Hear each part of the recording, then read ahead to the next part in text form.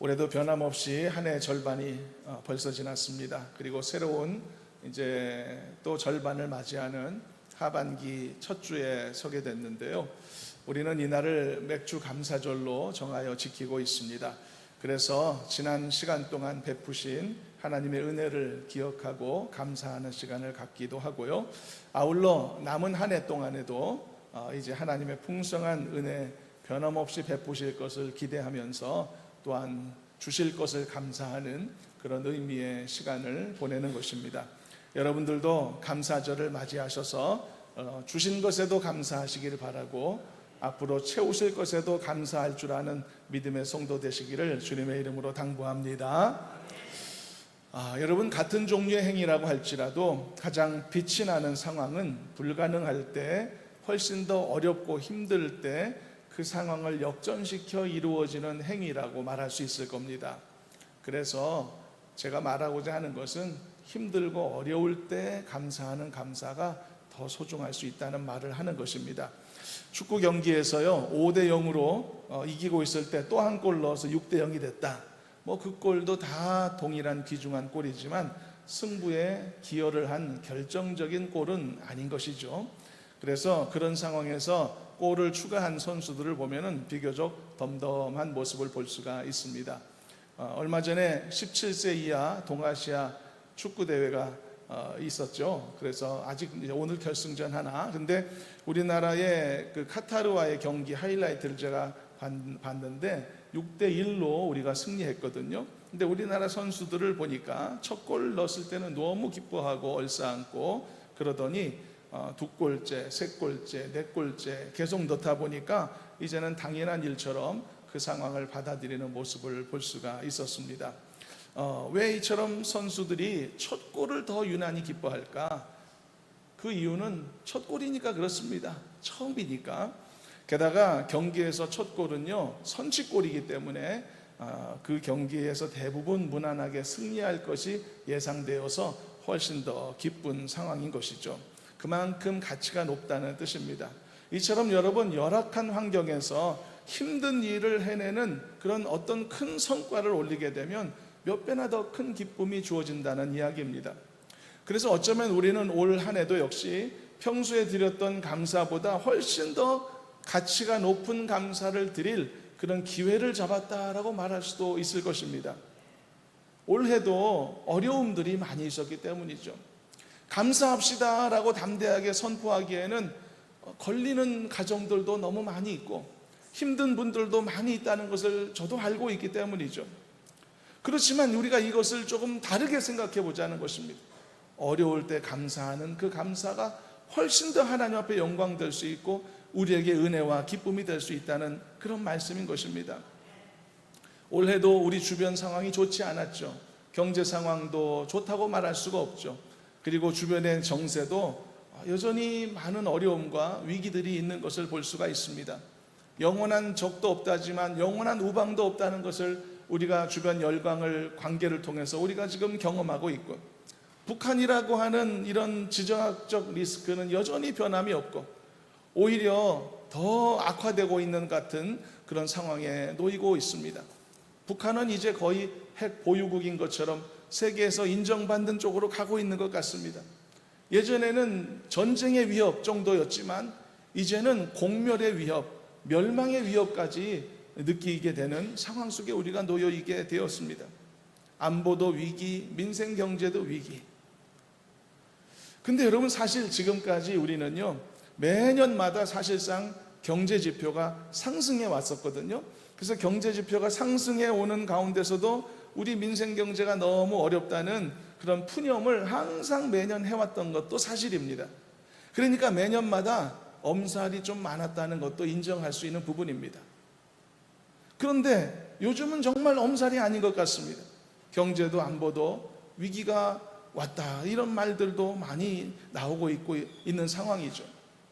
그러나 여러분, 바로 이럴 때에 우리 모두는 평소보다도 훨씬 더 값어치가 있는 감사의 행위를 하나님 앞에 올려드릴 수 있다는 것을 우리가 알았으면 좋겠습니다.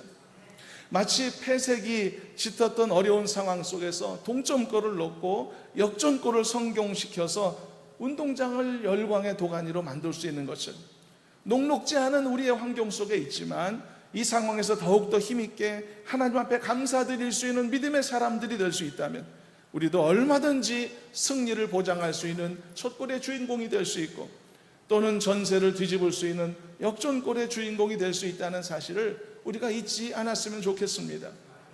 장황하게 설명했지만 결론은 오늘도 감사하자라고 하는 것입니다. 올해도 감사하자라고 하는 것입니다. 왜냐하면 이것은 하나님이 기뻐하시는 일이며, 또 하나님이 우리에게 분명하게 명령하신 일이고, 더 나아가서 이것이 또한 우리가 우리의 삶의 승리를 위한 첫 골을 넣는 그런 길이고, 더 나아가서 전세를 뒤집을 수 있는 역전골도 기대할 수 있는 그런 소망이 우리에게 주어지는 것이기 때문이죠. 그래서 여러분, 감사는요, 나의 믿음의 승리를 보장하는 가장 중요한 요소인 줄로 믿으시길 바랍니다. 그러므로 올해 벌써 전반을 지났지만 지금까지 인도하시고 함께 하셨음을 생각하며 하나님 앞에 중심을 다하여 감사할 줄 아는 여러분들의 마음가짐으로 새롭게 변화되기를 주님의 이름으로 축원합니다. 그리고 나중이 아니라 지금 감사하시길 바랍니다. 미리 감사하시기를 바랍니다. 주신 것에도 감사해야 되지만 주실 것에도 감사하시기를 바랍니다. 그래야 감사의 마음이 우리 마음 가운데 소멸되지 않는 것입니다. 오늘 본문을 보시면 이스라엘이 지켜야 될 절기들 중에서 두 가지 절기가 소개되었는데요. 첫째는 초실절, 둘째는 칠칠절이라는 그런 절기가 소개되었습니다. 먼저 초실절이라는 절기를 조금 보면은요, 어려운 표현처럼 느껴집니다만 쉽게 말하면 뭐죠? 초실, 한자 아닙니까? 처음 열매를 드리는 절기다, 그런 뜻이죠. 그러니까 첫 열매를 하나님께 드린다, 승리를 위한 첫 골과도 같은 행위인 것이죠. 제가 축구 얘기를 해서 좀 그렇습니다. 오늘 좀 몇 번 얘기할 것 같은데요, 축구에서 첫 골을 넣는 팀이 거의 다 승리한다는 것은 통계에서도 나타나고 있다라고 합니다. 우리 교회 청년들이 지난달에 대전 월드컵 경기장에서 열리는 K리그 축구를 관전하고 왔는데요, 너무 재밌어서 다음 주에 또 간다고 합니다. 근데 우리나라 K리그 이 경기를 보게 되면 선제골을 기록한 팀의 승리 확률이 80%가 넘는다고 합니다. 엄청난 확률인 것이죠. 그래서 축구의 승리의 열쇠는 선제골이다, 그런 말이 나오기도 하는 거죠. 그래서 여러분, 초실절은 뭐냐? 하나님께 첫 열매를 드리는 절기라는 뜻입니다. 한 해 동안 내가 하나님께 드려야 될 이 감사 행위의 첫 단추를 꿰는 행위와도 같다는 뜻이 되겠습니다. 그러므로 첫 단추를 잘 꿰면은요, 나머지는 술술 풀리게 되는 것처럼 첫 골을 잘 기록하면 그 경기는 대부분 승리하게 되는 것이죠. 그것처럼 그 해에 처음 드리게 되는 이 첫 감사인 초실절도 하나님의 명령을 실천해야 되는 우리 모두의 본분임과 동시에 그 해에 베푸실 하나님의 나머지 축복을 기쁨으로 받을 수 있기 위한 마중물과도 같다는 사실을 우리가 잊지 않았으면 좋겠습니다. 그래서 우리는 하나님 앞에 감사해야 할 줄로 믿습니다. 모든 일에 감사하되 첫 감사도 은혜롭게 감당하실 줄로 믿습니다. 그렇다면 구약시대 초실절은 언제 지켰는가? 이것도 좀 보겠습니다. 본문 읽은 내용 중에서요, 10절을 먼저 한번 잠깐 읽어보시도록 하겠습니다. 10절 말씀을 합독합니다. 이스라엘 자손에게 말하여 이르라, 너희는 내가 너희에게 주는 땅에 들어가서 너희의 곡물을 거둘 때에 너희의 곡물의 첫 이삭 한 단을 제사장으로 가져갈 것이요. 하나님은 초실절을 지키는 시기에 대해 정확하게 말씀해 주셨습니다. 언제라고 하셨죠? 바로 내가 너희에게 주는 땅에 들어갔을 때라고 말하고 있습니다.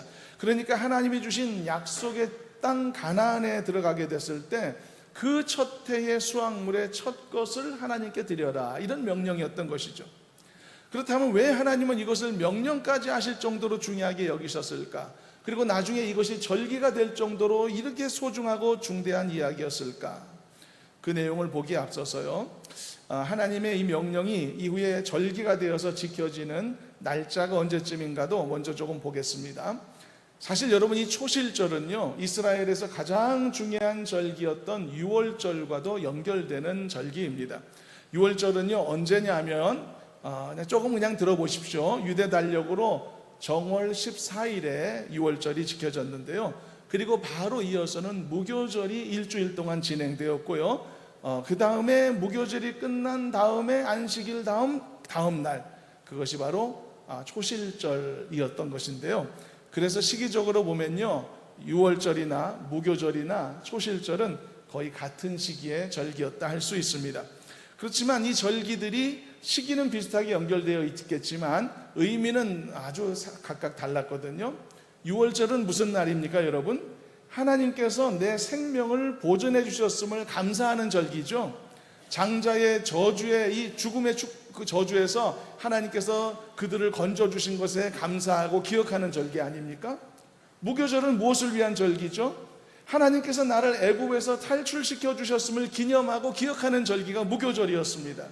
무교절은 무교병을 먹는 날입니다. 급히 애굽에서 탈출해야 되기 때문에 그런 떡을 먹을 수밖에 없었던 그 날을 기념하는 거죠. 그리고 연이어서 드려지는 초실절은 무슨 절기라고요? 하나님이 주신 약속의 땅에서 첫 수확을 드렸을 때 감사하는 절기다는 뜻입니다. 그러니까 초실절은 구원의 은혜에 대한 감사 절기가 아니라 처음 공급해 주심에 대한 감사의 절기인 것이죠. 그래서 여러분, 첫 열매, 이게 중요합니다. 첫 열매를 하나님께 드리는 행위, 이것은 매우 깊은 신앙적인 의미가 담겨 있는 것입니다. 그것은요, 나에게 주어진 모든 것들이 다 하나님이 주신 은혜의 선물이라는 것을 고백하는 신앙 고백과도 같은 것이기 때문입니다. 우리 교회의 성도들의 가정의 자녀들 중에서 첫 취업을 해서 받은 첫 월급을 첫 열매로 하나님 앞에 드렸던 몇몇 사례들을 저는 아직도 기억하고 있습니다. 얼마 전에도 그런 사례가 있었는데요. 이것은 여러분, 헌금 액수를 떠나서 너무나 소중한 신앙 고백이거든요. 나에게 주어진 모든 것들이 하나님의 은혜의 선물이다. 이것처럼 확실하게 고백하는 신앙이 어디 있겠습니까? 그러므로 내가 지금 받아서 누리게 되는 모든 것들이 나의 공로가 아니라 하나님의 은혜라는 고백인 것이고, 이런 것들을 인정하는 가장 강력한 증거로서 우리가 첫 열매를 드리는 것이고, 그리고 하나님께서도 우리가 첫 열매를 드리게 될 때 우리가 고백하는 이 놀라운 신앙 고백을 인정하시고 기꺼이 받아주시는 것입니다. 그래서 첫 열매를 드리는 행위는 너무나 중요한 우리의 신앙의 과제이고, 하나님이 주시는 나머지 것들을 자유롭게 누릴 수 있게 하시는 커다란 축복의 통로가 되는 것입니다. 그래서 첫 열매를 하나님께 드리는 행위에 이런 의미가 있었기 때문에 하나님은 본문에서요, 14절과 같은 규정도 세워놓으셨는데 함께 14절도 잠시 읽어보도록 하겠습니다. 14절을 봉독합니다. 너희는 너희 하나님께 예물을 가져오는 그날까지 떡이든지 볶은 곡식이든지 생이삭이든지 먹지 말지니 이는 너희가 거주하는 각처에서 대대로 지킬 영원한 규례니라. 여러분, 무슨 의미냐면요, 읽은 대로이죠. 첫 수확을 거두었다면 먼저 하나님 앞에 가져와서 예물로 삼아라. 그리고 후에 주신 것을 사용하라는 이야기겠죠. 그런데 여러분, 이렇게 하나님께 먼저 첫 열매를 드린 후에 우리에게 주신 것들을 누릴 수 있게 하신 이 규례는요, 어떤 의미일까요? 이것은 우리가 흔히 생각하는 유교적인 그런 장유유서의 사고방식으로 생각할 일이 전혀 아닌 것입니다.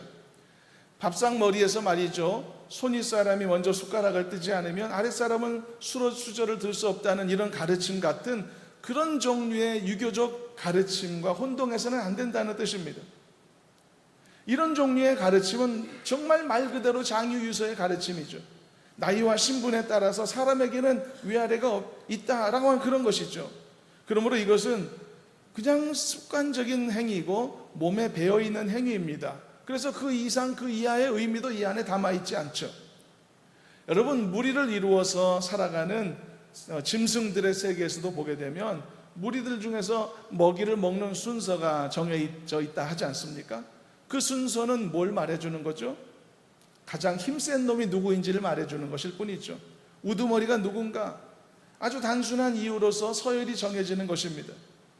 그렇지만 여러분, 성경에서 말씀하는 이 첫 열매를 하나님 앞에 드리는 이 계명은 단순히 어떤 신분이나 또는 계급의 고하나 또는 힘의 서열을 규정짓는 그런 의미가 아니라는 것입니다. 첫 열매를 하나님께 드리는 행위는 나에게 주어진 모든 것이 하나님이 주신 은혜임을 고백하는 신앙 고백의 행위인 것입니다. 이것이 또한 나의 소유가 아니라 하나님의 소유임을 고백하는 것과도 같은 것입니다. 하나님이 주실 때에 나는 가질 수 있다는 사실을 인정하는 것이며, 하나님이 베푸실 때 내가 비로소 누릴 수 있다는 사실을 인정하는 행위인 것입니다. 나의 소유에 대해서 나에게 소유권이 있지 않음을 고백하는 것이며, 단지 나에게는 하나님이 주신 사용권만 있음을 고백하는 행위인 것입니다. 나의 소유이기 때문에 내가 사용할 수 있다 생각하는 것이 아니라, 하나님이 나에게 사용할 수 있도록 권리와 권한을 주셨기 때문에 내가 자유롭게 사용할 수 있음을 인정하는 행위와도 같은 것입니다. 그리고 내가 이 첫 열매를 드릴 때 하나님은 나에게 주신 모든 것을 나의 소유와 다름없는 것으로 인정해 주신다는 사실, 따라서 내가 받은 것들을 이제 자유롭게 사용할 수 있는 자유이용권을 얻게 되는 것과도 같은 의미를 갖는 것입니다. 이것이 첫 열매를 하나님 앞에 드리는 행위에 들어있는 매우 중요한 신앙의 고백이며 성경적 원리인 것입니다. 그래서 여러분, 우리는 이런 우리의 신앙 고백이 당연한 일이라는 사실, 또한 성도로서 너무나 아름다운 모습이라는 것, 더 나아가서 이것이 우리 자신에게 한없는 축복이 된다는 사실을 온전하게 이해하고 감사절기를 뜻깊게 더 온전하게 하나님 앞에 지키는 우리가 되었으면 참 좋겠습니다. 왜냐하면 이것을 통해서 나에게 주어진 모든 것들을 자유롭게 허락받는 것이니까요. 그래서 여러분, 첫 단추가 중요하다고 했던 것이 아닙니까? 이것이 선제골의 압도적인 승리의 확률이다, 그렇게 말씀한 것입니다. 그러므로 우리가 하나님께 먼저 첫 열매를 드리는 이 감사 행위에 대해 조금 더 거리낄 필요가 없는 줄로 믿습니다. 이것은 모든 것을 하나님이 나에게 주셨음을 고백하는 신앙 고백이고, 오히려 이 모든 것을 자유롭게 누릴 수 있게 하시는 하나님의 축복이기 때문이죠. 그러므로 여러분, 늘 가장 좋은 첫 열매를 기꺼이 하나님 앞에 드릴 줄 아는 성숙하고도 지혜로운 믿음의 사람들이 되시기를 주님의 이름으로 축원합니다. 그리고 여러분, 이어지는 본문에 또 하나의 감사절기였던 77절이라는 절기가 기록되어 있는데요, 이것까지도 잠시 살펴보고 말씀을 정리해 보시도록 하겠습니다. 오늘 말씀을 계속 축구 경기와 좀 비유해서 그렇습니다만은, 앞에 살펴보았던 초실절이 승리의 확률을 높이는 선제골과 같다라고 표현할 수 있다면, 이제 살펴보게 될 77절은요, 승리를 확정짓는 쐐기골과도 같다라고 말할 수가 있을 것입니다. 77절은요, 이스라엘의 3대 절기 중에서 두 번째에 속해 있는 절기인데요, 앞에서 살펴보았던 초실절은 6월절 무교절과 엮어서 3대 절기 중에 첫 번째에 해당되는 절기입니다. 그런데 이 77절은 두 번째 절기인데요, 그렇다면 어떤 의미이고 이때 어떻게 이렇게 하나님 앞에 드리는 것이었을까? 먼저 이 절기의 날짜가 언제였는가를 조금 먼저 본다면요, 본문 15절 16절에 그 힌트가 나와 있는데 한번 잠깐 읽어보겠습니다. 15절 16절 본문 함께 합독합니다. 안식일 이튿날 곧 너희가 요제로 곡식단을 가져온 날부터 세어서 7 안식일의 수요를 채우고 7 안식일 이튿날까지 합하여 50일을 계수하여 새 소제를 여호와께 드리되. 여러분, 이 말씀에 나와 있는 77절의 날짜를 계산하는 방법을 보면은요, 초실절이 끝난 시점부터 시작해서 뭐라고 되어 있죠? 7 안식일의 수요를 채워라 라고 되어 있습니다. 7 안식일의 수요라면 며칠일까요, 여러분? 7 곱하기 7은 뭐죠? 여전히 아직 머리가 살아계시는군요. 7 곱하기 7은 49일이라는 것입니다. 그런데 16절에 보니까 하나가 더 있습니다. 거기에다가 이튿날까지 합해라. 그러면은 49 플러스 1은 뭐죠? 50인 것이죠. 바로 50일째 되는 날이 오늘 본문에서 하나님이 또 지키라 명령하신 77절에 해당되는 날인 것입니다. 그래서 이 절기의 이름이 괜히 77절이 아닌 것입니다. 7749 하라 해서 77절이 되었던 것이고요. 그래서 여기에서 또 하나의 이름이 생긴 것인데요, 49 플러스 1 하라고 했으니까 50일째 되는 날이죠. 그래서 여러분들이 많이 들어보셨을 오순절이라는 절기 이름이 여기에서 또 생겨나게 된 것입니다. 오순절이라는 의미가 뭐죠, 여러분? 오가 뭐냐면 다섯 오, 그 오 우리가 아는 오입니다. 수는 뭐죠? 열을 의미하는 한자 아닙니까? 칠순잔치, 팔순잔치 할 때 하는 그 순이거든요. 그러니까 오순절이라는 것은 뭐냐면은 그냥 말 그대로 50일째 되는 날이다, 그런 의미입니다. 그래서 칠칠절 또는 오순절 다 같은 날을 지칭하는 것이었는데요. 특히 오순절은 우리가 익숙하게 알고 있죠. 오순절날 성령 강림의 대사건이 이루어졌기 때문에 그 이후로는 성령 강림하심을 가장 먼저 떠올리게 되는 중요한 의미로서 자리매김을 하게 되었습니다. 자, 절기에 대한 설명은 이 정도로 마무리하고요. 그렇다면 이 날은 무엇을 위한 날이었을까? 여러분, 이 칠칠절에는요 매우 성대한 국가적인 제사가 치러졌었습니다.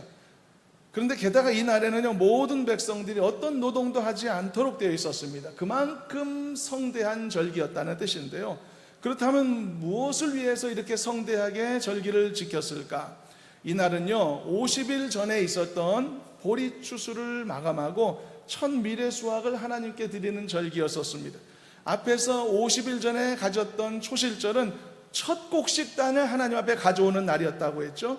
그런데 이번 50일 후에 지내는 칠칠절은 모든 추수를 마치고 하나님 앞에 감사하는 절기였다는 뜻이 되는 것입니다. 그래서 이 절기가 훨씬 더 성대하게 치러지게 되었었던 것이죠. 그러니까 초실절 그리고 칠칠절 모두 하나님이 베푸신 것에 대한 감사의 절기였던 것입니다. 그러나 두 절기는 시기를 달리했기 때문에 초실절은 첫 감사의 성격을 가졌다면 칠칠절은 감사의 완성의 성격을 가졌다라고 말할 수 있게 된 것입니다.